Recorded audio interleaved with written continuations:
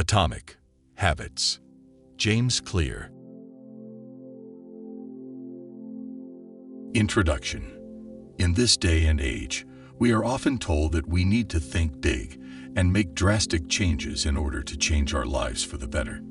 In Atomic Habits, James Clear proves this notion wrong by explaining how just a few small changes to our daily routines can result in major transformations. James describes how many people tend to overestimate the importance of single actions and underestimate the importance of small repetitive improvements. He adopts the overall idea of how real change comes from the compound effect of hundreds of small decisions or habits that over time accumulate into remarkable results. For me, Atomic Habits has changed my life in a huge way. Not only have I been able to create practical and effective strategies in order to form my habits, but I have also learned to reshape the way I think of progress. In this article, I hope to share the main takeaways from the book, what I thought about them, and how I will be applying this to my day-to-day life. So without further ado, let's begin. Note: the text typed in Roman, written at the same time of reading the book, finished in one day. The text typed in italics, written 2 weeks after reading the book. The fundamentals: the surprising power of atomic habits, improving by 1% every day. In Atomic Habits, James Clear tells us that improving by just 1% is not always noticeable, but can be extremely significant in the long run. The overall concept is that if you can become 1% better every day for 1 year, you'll end up 37 times better than you were at the beginning of the year. On the other hand, if you become 1% worse every single day, you will hit rock bottom and end up at -0 by the end of the year. As you can see, just this tiny bit of math shows just how much these little differences can shape our lives. It is only after a year or more that we finally understand the overall value of our good habits and the cost of our bad ones. In the book, Clear gives a notable example of shifting the route of an airplane by just a few degrees. He gives the example of flying from Los Angeles to New York City. If the pilot was to make a small adjustment and turn 3.5 degrees south, the plane would end up in Washington, D.C., instead of New York City. As you can see, just a small change is barely noticeable when taking off. However, by the end of your ride, you will be hundreds of miles away from your intended destination. In my opinion, the idea of improving by 1% every day is truly remarkable and rewarding. This is due to the fact that it is a process of continual improvement, and not a one-and-done activity. Personally, I was able to apply this concept to a goal I have had for the longest time. Meditate every day for 30 minutes. As much as I tried to achieve this goal in the past year, I could never find the time to meditate and lacked the overall motivation to do so. Nonetheless, after reading Atomic Habits, specifically this part of the book, I realized that I didn't have to start off with 30 minutes of meditation. Instead, I decided that I would start my day with just a minute of meditation, and then every single day, add 30 seconds to that time, until I got to 30 minutes. By doing this, I have been able to take on the goal in a slow, steady, and consistent way. In fact, for the last 2 weeks, I have been able to successfully adopt this process in my daily life. At the time of publication, I am at 8 minutes of meditation every morning after waking up. A slight change in your daily habits can guide your life to a very different destination. Making a choice that is 1% better or 1% worse seems insignificant in the moment, but over the span of moments that make up a lifetime, these choices determine the difference between who you are and who you could be. Success is the product of daily habits, not once-in-a-lifetime transformations. What progress looks like. To paint a picture of his conception of progress, James Clear presents the analogy of an ice cube. If you place an ice cube in a room at -15 degrees, as you slowly increase the temperature of the room degree by degree, from -15 degrees to -14 degrees, the ice cube doesn't move and remains intact. From -2 to -1, the ice cube still doesn't melt and remains intact. In contrast, from 0 degrees to 1 degree, The ice cube begins to melt. The difference of 1 degree has triggered a huge change, whereas previously this increase seemed insignificant. This analogy is exactly like our habits. Sometimes change takes quite a long time. Sometimes change requires persistent effort. Nonetheless, in both situations, you must trust that you will eventually see your hard work paying off. Systems greater than goals. Personally, I am the type of person who ends up being too caught up in the notion of the goal itself versus the actual process. Nevertheless, after reading Atomic Habits by James Clear, I think it is safe to say that I have started to achieve more by actually bringing more attention to the actual process. Now, you might be wondering what exactly the difference between a system and a goal is. While goals are the desired result that a person or group wants, a system is an overall process that leads to your wanted outcome. Therefore, in short, goals give you a direction, but systems help you make progress. In Atomic Habits, Clear describes the 4 upmost problems that occur when an individual focuses on a goal. This includes: winners and losers have the same goals. Reaching a goal is only a momentary change. The goal restricts your level of happiness. The goal is at odds with long-term progress. Most of the time, if you are having problems with changing your habits, the problem is not you, but your overall system. You don't rise to the level of your goals, you fall to the level of your systems. One of the core themes of Atomic Habits was the overall concept of valuing the overall system, rather than one specific goal. Personally, I tend to be an extremely goal-oriented individual as I always focus on results. However, in the last 2 weeks, I have set out to become more of a system-oriented person by diverting my attention to the process. For example, one goal I have had is to increase my running endurance. Rather than focusing on my goal, I decided to create a system that allowed me to run a 5K every single day without fail. The fundamentals: how your habits define your identity, and vice versa. When changing our habits, it can be extremely challenging as 1. We try to change the wrong thing, and 2. We try to change our habits in the wrong way. In Atomic Habits, James Clear proposes that there are 3 layers that can make any change in behavior possible: outcomes, outer layer; processes, inner layer; identity, core. Outcome refers to what we get out of a certain action/habit. Process refers to what we do. Identity refers to what exactly we believe in. Most goals that people make are related to an outcome. For instance, by 30, I want to have a salary of over $200,000. On the other hand, most habits people set are related to a process. An example of this would be learning something new every single day for 30 minutes. Now, what James Clear proposes instead is to always start with your identity, the core of behavior change. This is due to the fact that the minute a habit becomes a part of your identity, you are motivated to maintain them. The ultimate form of intrinsic motivation is when a habit becomes part of your identity. You might start a habit because of motivation, but the only reason you'll stick with one is that it becomes part of your identity. True behavior change is identity change. How to change your identity. In the book, James Clear suggests a 2-step process in order to change your identity. 1. Decide what kind of person you really want to be. 2. Pick up small wins in order to prove to yourself that you are the person you want to be. For instance, if you wanted to lose weight, instead of saying that you want to lose weight, you could say that you are a healthy person. Then ask yourself what a healthy person would do. Would a healthy person eat a burrito to a salad? The overall concept here is to understand and communicate with yourself and with others that you are changing. Declare who exactly you are by finding out who you want to be, and stick to that identity. Honestly, by the time I reached this part of the book, I was hooked. This is due to the fact that I genuinely love the overall concept of identity-based habits. As stated above, identity-based habits focus primarily on the person you wish to become. One example of a goal I have is the overall idea of growing my network.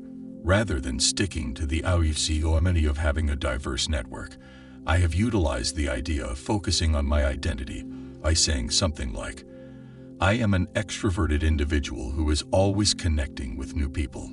By doing this, I have only completed one part of identity-based habits as I have established my identity, but need to achieve small wins in order to prove to myself that this statement is actually true.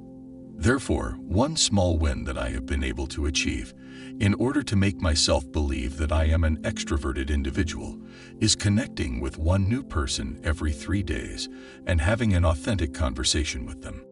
Building better habits in 4 steps. A habit is simply a behavior repeated enough times to become automatic. The ultimate purpose of habits is to solve the problems of life with as little energy and effort as possible.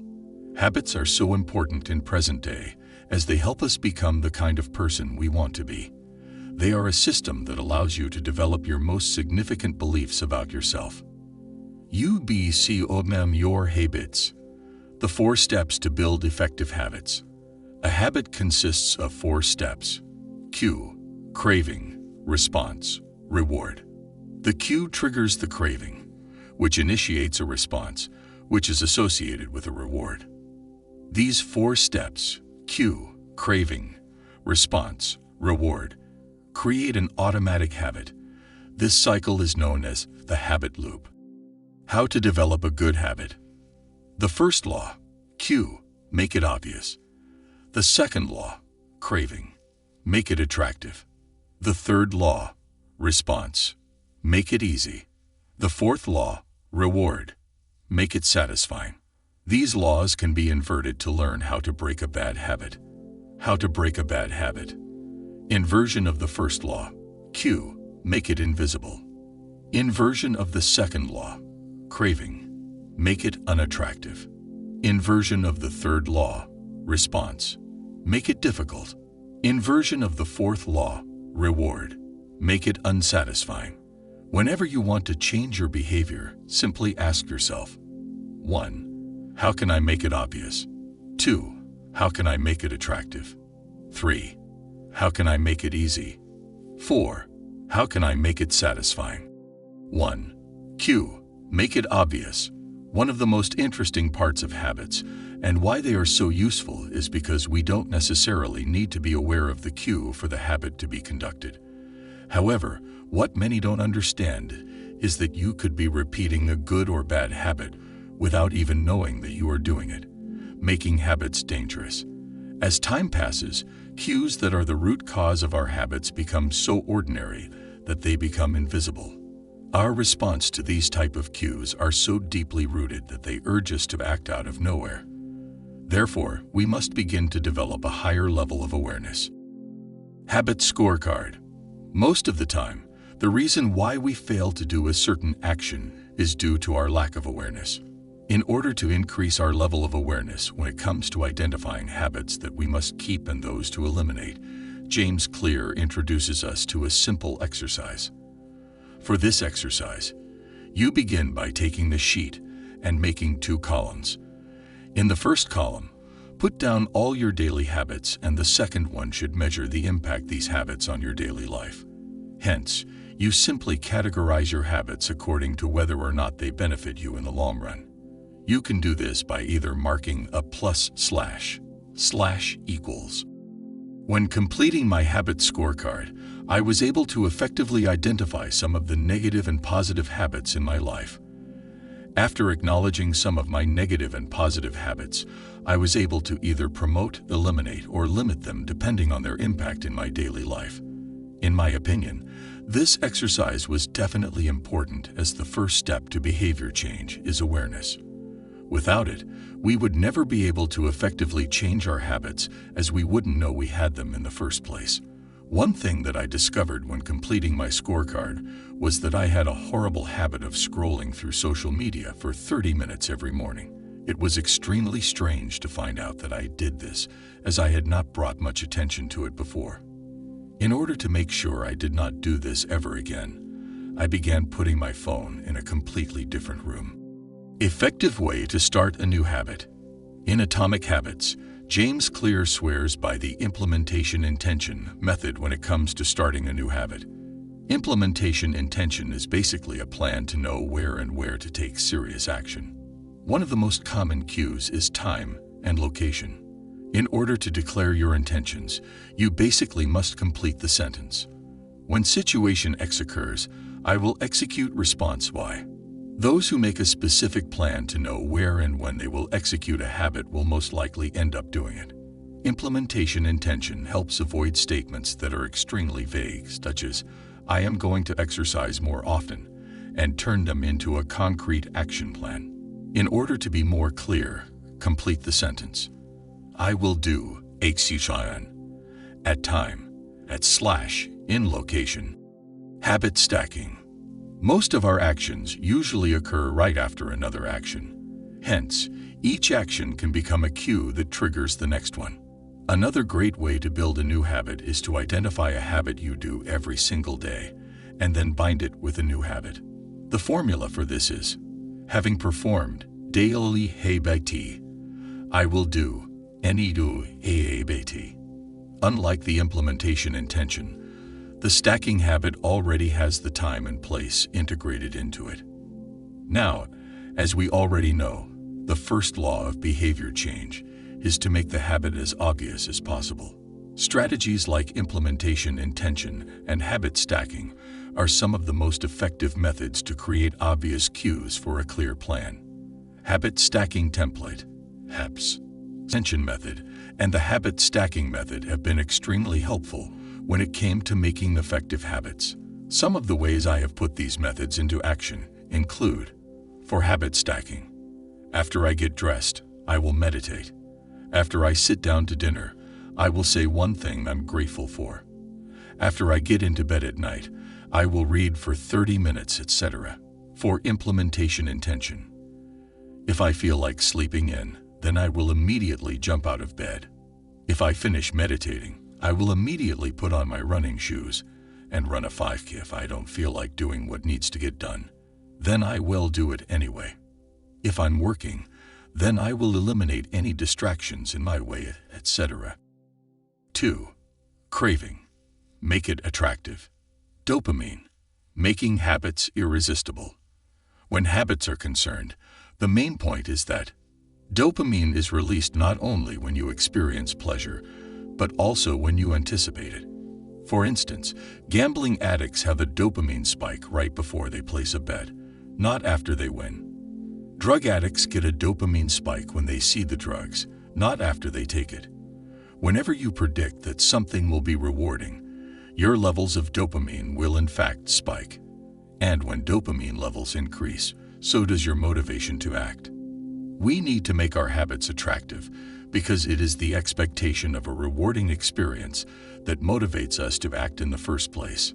Being able to make a habit attractive can be a hard task. However, with a special method called the temptation method, the process can be much simpler. So, you might be wondering what exactly the temptation bundling method is. Well, basically, it works by linking an action you want to do with an action you need to do. An example of this would be working out for longer periods of time. However, what you really want to do is watch an episode of your favorite TV show. By using the temptation building method, you could watch an episode of your favorite TV show, only at the gym.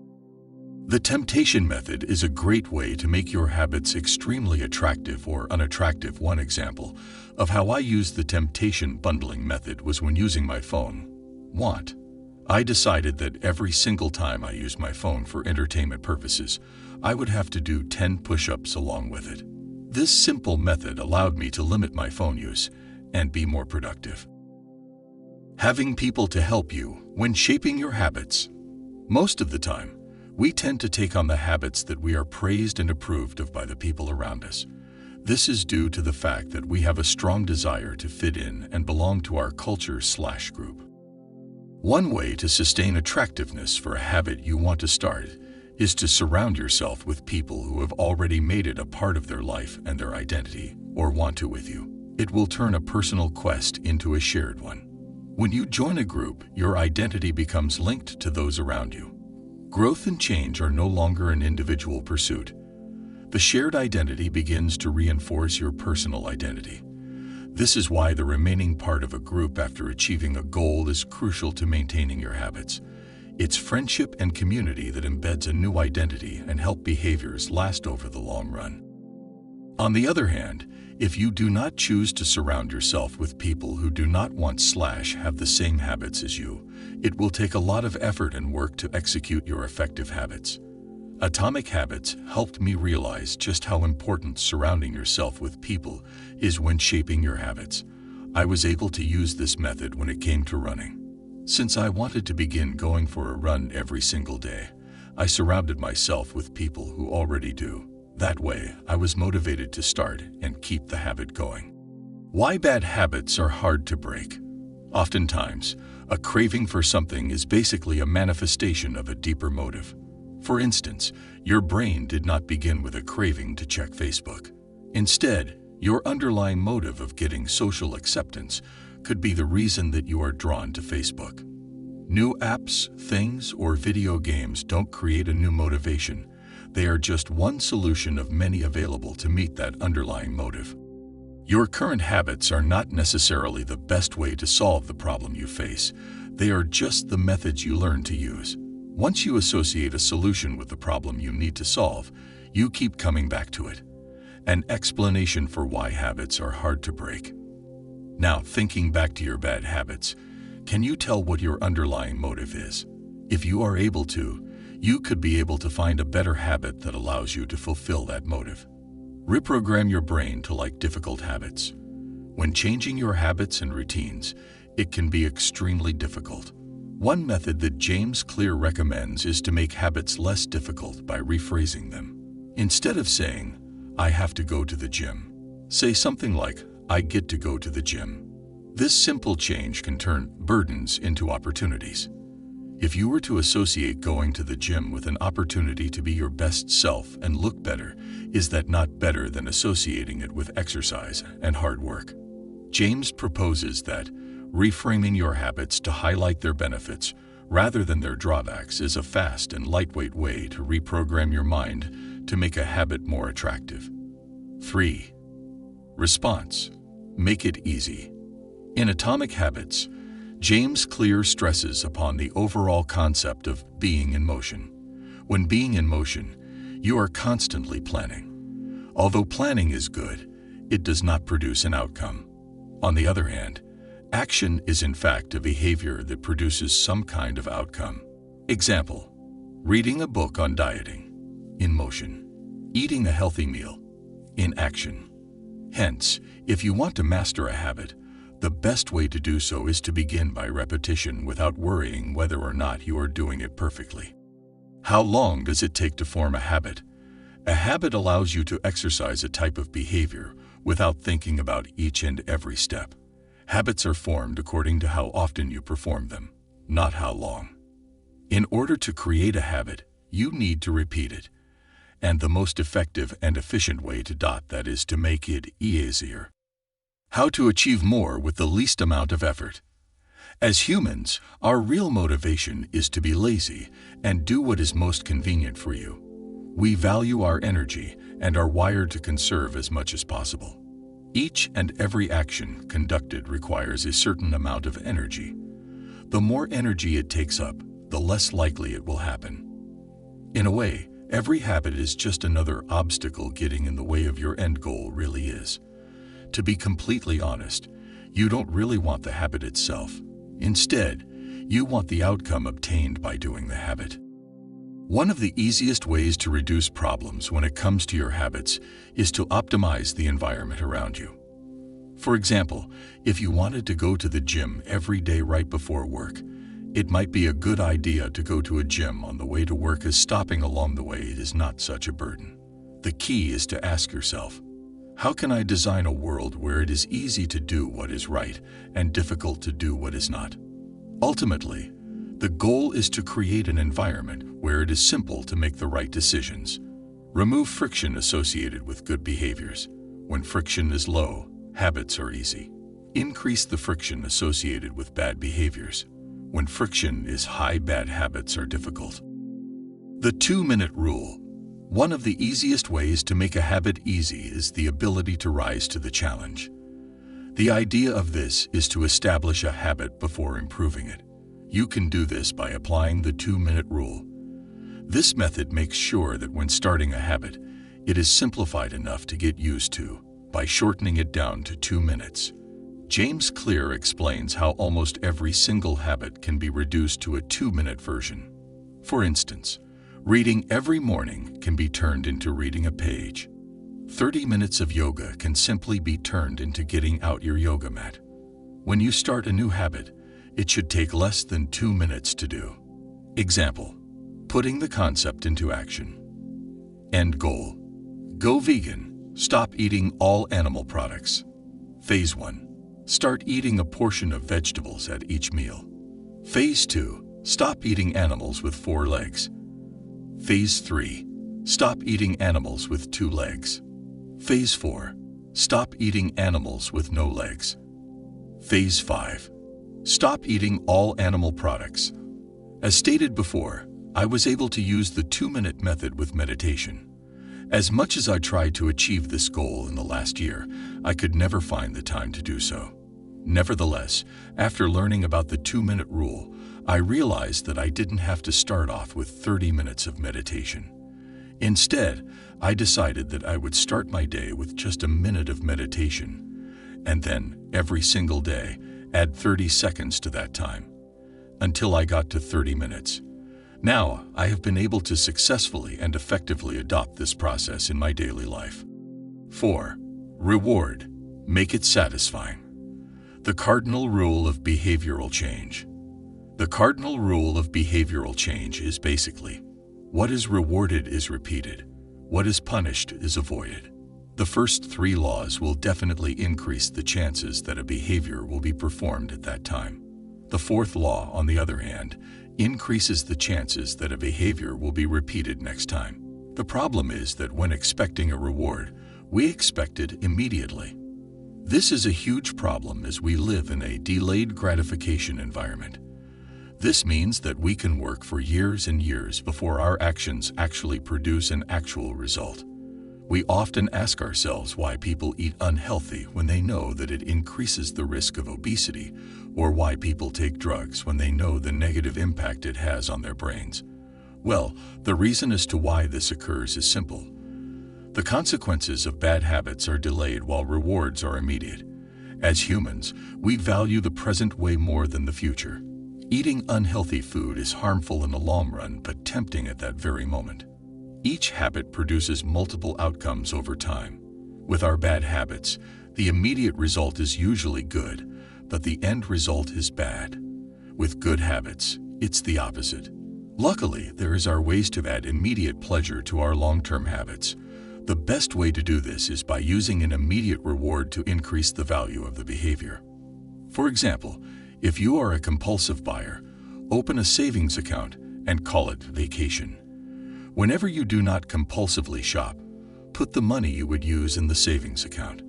This is a great example, as the immediate reward of saving money for a vacation is a great way of stopping the habit of compulsive buying in its track. Habit tracking. A habit tracker is one of the best ways to measure whether or not you have done the habits you set out to do so. They allow you to create visual cues that can easily remind you to take action. It is extremely motivating as you are able to actually see the progress you are making. Personally, I have been using the overall concept of habit tracking for many years. For me, just a simple tick is a great way to receive some kind of instant reward and definitely motivates you to repeat the habit. Some of the habits on my habit tracker include: awake by 4:45, exception of weekends; make my bed; 10,000 steps; 8 glasses of water; 30 minutes of reading; run 5 kilometers minimum. Conclusion. Overall, I really enjoyed Atomic Habits. I honestly could not keep it down and finished it twice in a matter of 2 days. It is one of the best books I have ever read and has truly changed my life in a huge way. James Clear proposes many great ideas and directions on how to shape yourself into a successful individual. The book is structured in a way that provides an overview of every single step of habit creation. It is definitely a must-read for anyone who wants to make a positive change in their lives.